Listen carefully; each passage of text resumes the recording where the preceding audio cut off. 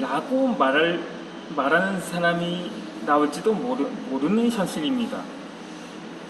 근데 이게 어느 정도 자영업자들의 상황은 이해를 못하는 것도 아닙니다. 하지만 지금은 어쩔 수가 없는 게 지금 더군다나 역대 최다 확진자가 연일 발생하고 있는 시점이라서 더욱 이게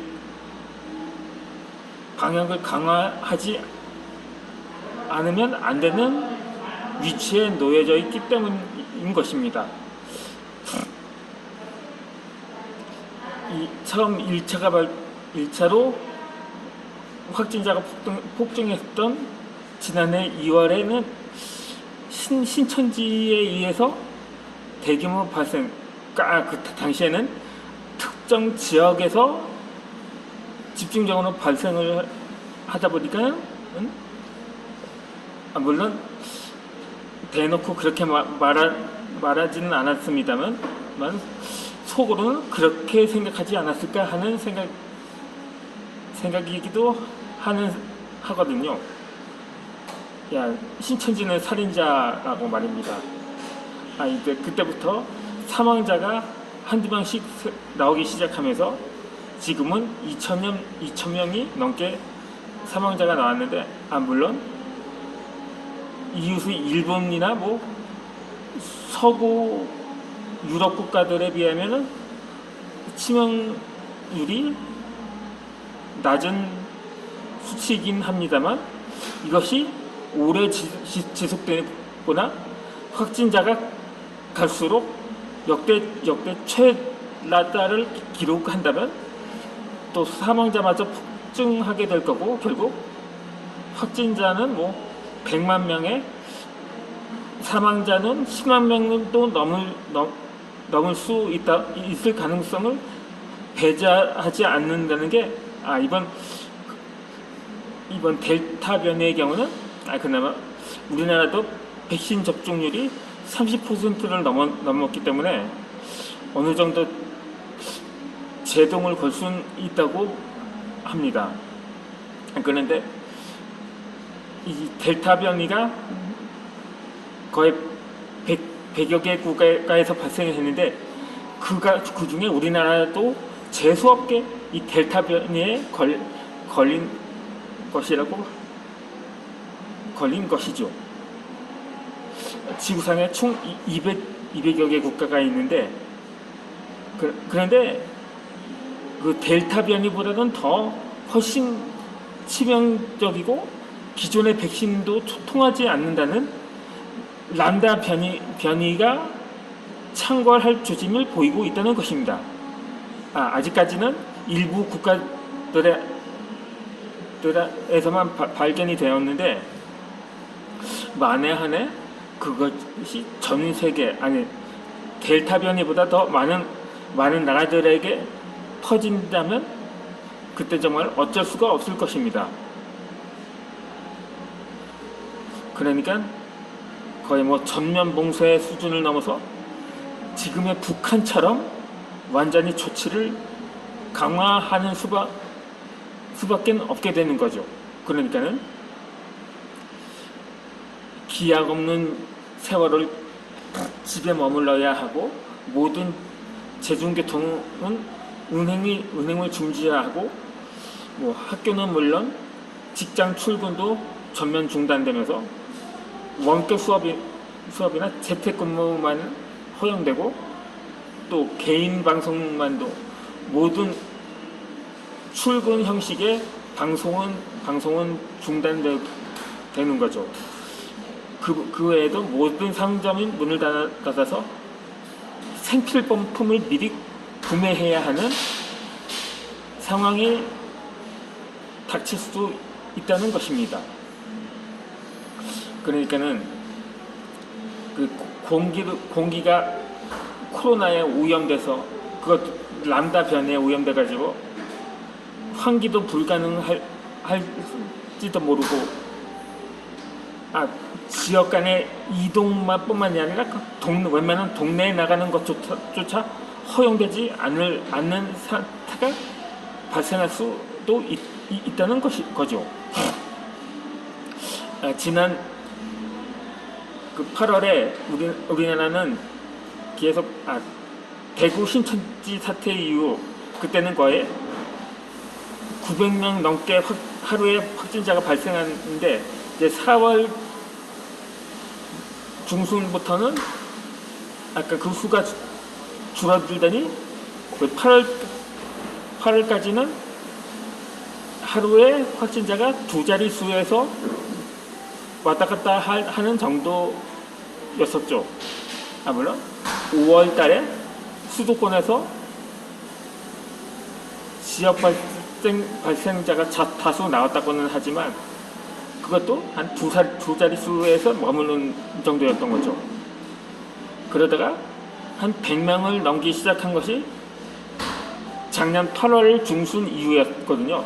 그때 한창 광복절 집회자들이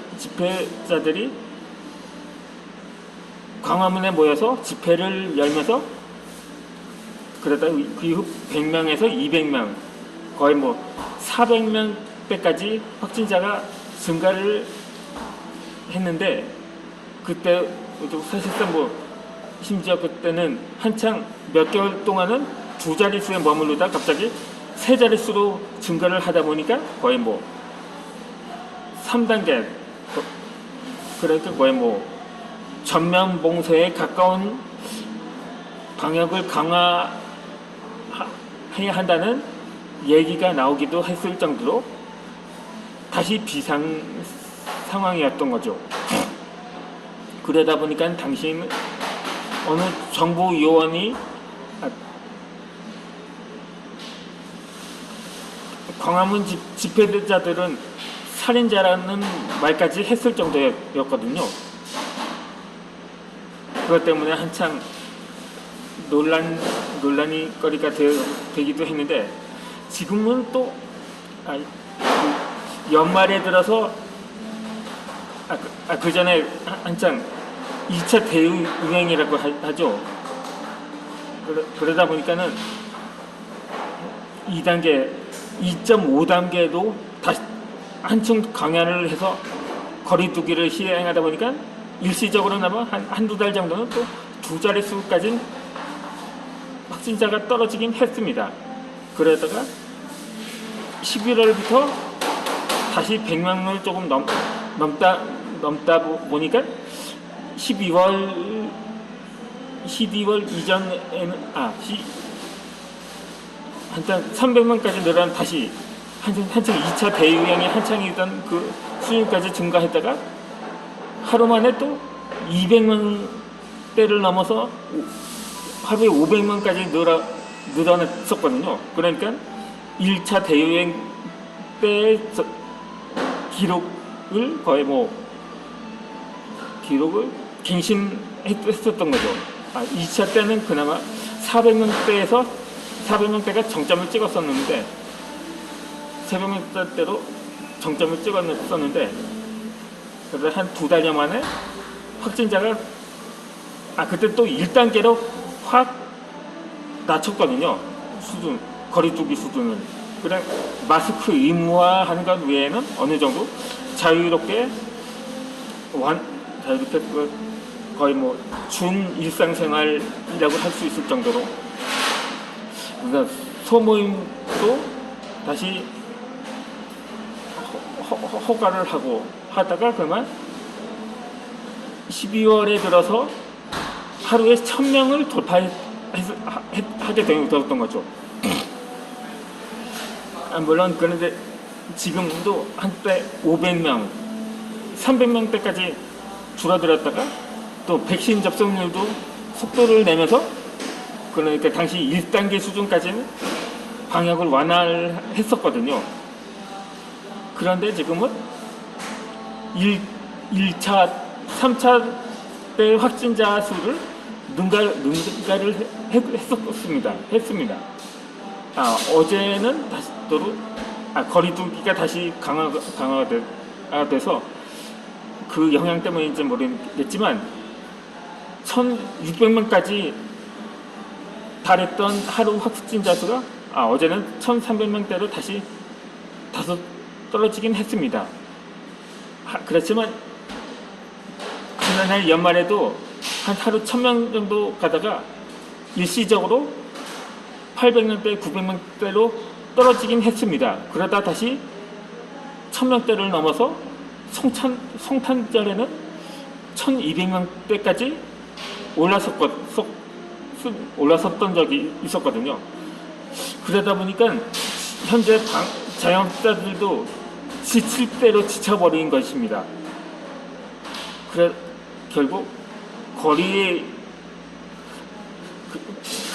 그러니까 드라이브 스루 형식으로 나섰는데, 그런데 지금은 아직은 거리두기 2주 정도만 그야말로 짧고 굵게 한다고 하지만은 일시적으로나마 그 효과가 나타날 수는 있다고 합니다. 더군다나 람다 변이까지 참고를 한다면 그야말로 돌이킬 수가 없을지도 모르죠. 앞서 언급했었던 처럼 뭐 전면 봉쇄를 하던가 아니면 자연 소멸될 때까지 기다리던가 그 방법뿐이거든요. 그러다 보면 만약에 앞으로 연일 최다 기록을 하루 확진자 수가 최고 기록을 달성할 경우 정말 1, 2차 때처럼 신천지와 태극기 부대를 두고 살인자라고 했었던 것처럼 누군가 또 분명히 그때가 되면 자영업자들은 살인자라고 말할지도 모를 수 있을 것입니다. 그 가능성도 배제할 수는 없는 거죠. 그렇게 해서 제가 이전 영상에서 자꾸 이렇게 변이가 거듭되고 보면 그만큼 자연 소멸의 가능성도 없진 않다고 제가 언급한 바 있는데, 다시 백신 접종인 시작을 했습니다. 이제 근데 처음부터 이게 순서가 잘못됐다. 어떻게 한창 활달한 연령대인 20, 30대들 먼저 맞추거나 아니면 뭐 1차, 2차를 번갈아 가면 맞춰야 되는데, 좀처럼 활동량이 적은 60대 이상을 1, 2차를 한꺼번에 맞추다 보니까 결국 현재 바이러스 확산세에서 안전지대가 되지 않은 것은 아니냐는 불만도 없지 않아 있을 것입니다. 아무튼 간에 이번만큼은 물론 자영업자분들도 지발 이번 이 마지막 거리두기를 하는 바람이 있을 것입니다. 물론 한결같은 생각이겠죠. 자영업자들뿐만이 아니라 여러 사람들 이제 더 이상 자유롭게 정말 활동하고 싶다고 말입니다. 이제 제가 지금 이 델타 변이와 달리 람다 변이는 그보다 훨씬 치명률이 높고 기존의 백신이 안 통한다고 했다지만 아직 일부 국가에서만 나타나고 있거든요. 지금 델타 변이도 아직 전 세계에서 절반에 해당하는 100여 개 국가들에서만 지금 발생을 하고 있고요. 그래서 여러분이 다음 영상에서 영상을 올리도록 하겠습니다. 이제